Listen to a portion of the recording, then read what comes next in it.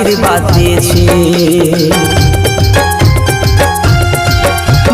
ও ভাগা কাজল নিয়ে চোখে জল বলে বিদায় আমি জেলেছি,